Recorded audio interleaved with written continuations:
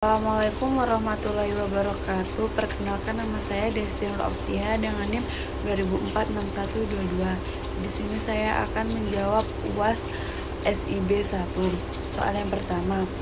Berabad lamanya hubungan perdagangan Nusantara dengan India, Cina, dan Arab mampu bertahan dalam hubungan baik yang membawa kemajuan peradaban di Nusantara.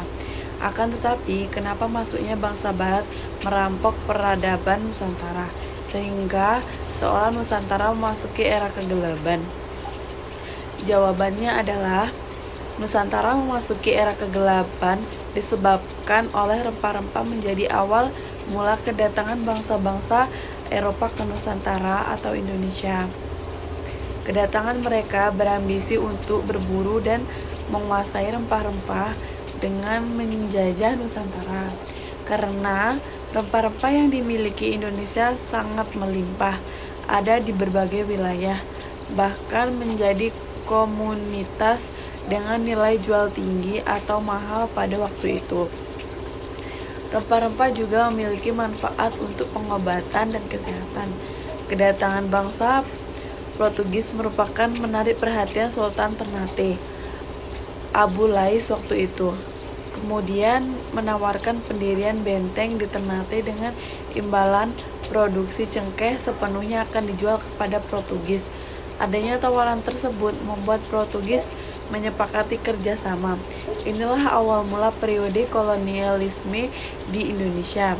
Soal nomor 2. Dari penjajahan yang dilakukan Belanda atau VOC terhadap wilayah dan kerajaan-kerajaan di Nusantara, analisislah apa saja strategi yang dilakukan oleh VOC untuk menanamkan kekuasaannya. Masing-masing analisis dilengkapi dengan contoh peristiwanya. Jawabannya, strategi yang dilakukan oleh VOC untuk menanamkan kekuasaannya adalah dengan cara yang pertama, kongsi dagang. Strategi paling lama atau awal kongsi dagang ini dilakukan sebab kala itu Belanda bukanlah bangsa pertama Eropa yang disampaikan ke Nusantara. Ada Portugis dan Spanyol yang lebih dulu. Dengan melakukan kongsi dagang dengan perdagangan lokal, Belanda hendak menyingkirkan saingan mereka.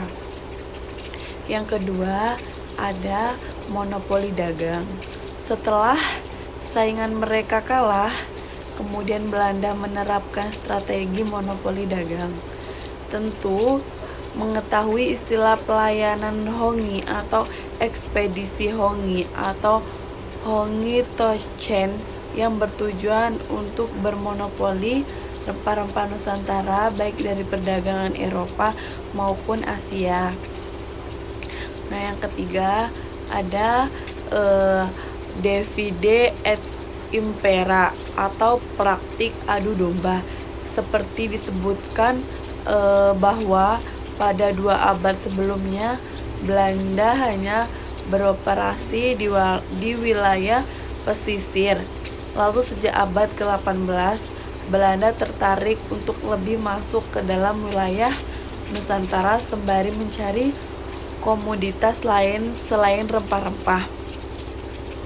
Nah, yang keempat adalah menaklukkan kerajaan-kerajaan lokal setelah hegemoni kerajaan lokal diobrak-abrik melalui soal nomor 3, yaitu Kesultanan Aceh Darussalam merupakan satu-satunya kerajaan yang tidak terpengaruh oleh hegemoni VOC. Bahkan, Kesultanan Aceh selalu menang melawan VOC.